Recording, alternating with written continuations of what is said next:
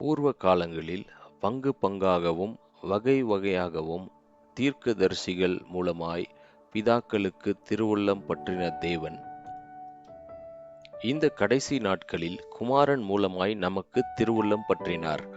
இவரை சர்வத்துக்கும் சுதந்திரவாளியாக நியமித்தார். இவரை கொண்டு உலகங்களையும் உண்டாக்கினார்.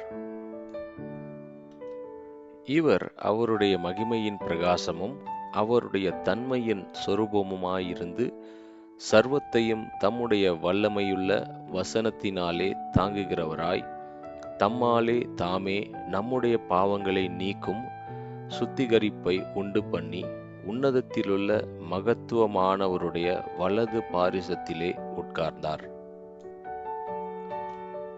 இவர் தேவதூதரை பார்க்கிலும் எவ்வளவு விசேஷித்த நாமத்தை சுதந்திரித்துக் கொண்டாரோ அவ்வளவு அதிகமாய் அவர்களிலும் மேன்மையுள்ளவரானார். எப்படியெனில், நீர் என்னுடைய குமாரன், இன்று நான் உம்மை ஜனிப்பித்தேன் என்றும், நான் அவருக்கு பிதாவாயிருப்பேன், அவர் எனக்கு குமாரனாயிருப்பார் என்றும் அவர் தூதர்களில் யாருக்காவது எப்போதாகிலும் சொன்னதுண்டோ? மேலும் தமது முதற் பேரானவரை உலகத்தில் பிரவேசிக்க செய்தபோது தேவதூதர் யாவரும் அவரை தொழுது கொள்ள கடவர்கள் என்றார். தேவதூதரை குறித்தோ, தம்முடைய தூதர்களை காற்றுகளாகவும் தம்முடைய ஊழியக்காரரை அக்கினி ஜுவாலைகளாகவும் செய்கிறார் என்று சொல்லியிருக்கிறது. குமாரனை நோக்கி, தேவனே, உம்முடைய சிங்காசனம் என்றென்றைக்கும் உள்ளது, உம்முடைய ராஜ்யத்தின் செங்கோல் நீதியுள்ள செங்கோலாயிருக்கிறது. நீர் நீதியை விரும்பி அக்கிரமத்தை வெறுத்திருக்கிறீர்.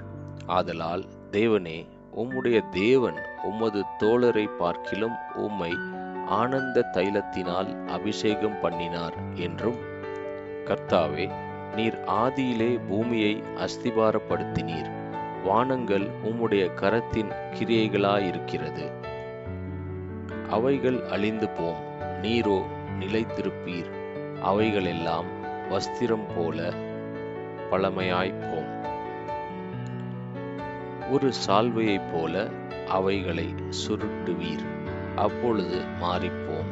நீரோ மாறாதவராயிருக்கிறீர், உம்முடைய ஆண்டுகள் முடிந்து போவதில்லை என்றும் சொல்லியிருக்கிறது. மேலும் நான் உம்முடைய சத்துருக்களை உமக்கு பாதபடியாக்கி போடும் வரைக்கும் நீர் என்னுடைய வலது பார்சத்தில் உட்காரும் என்று தூதர்களில் யாருக்காவது எப்போதாகிலும் அவர் சொன்னதுண்டா? இரட்சிப்பை சுதந்திரிக்கப் போகிறவர்கள் நிமித்தமாக ஊழியம் செய்யும்படிக்கு அவர்கள் எல்லாரும் அனுப்பப்படும் பணிவிடை ஆவிகளா இருக்கிறார்கள் அல்லவா?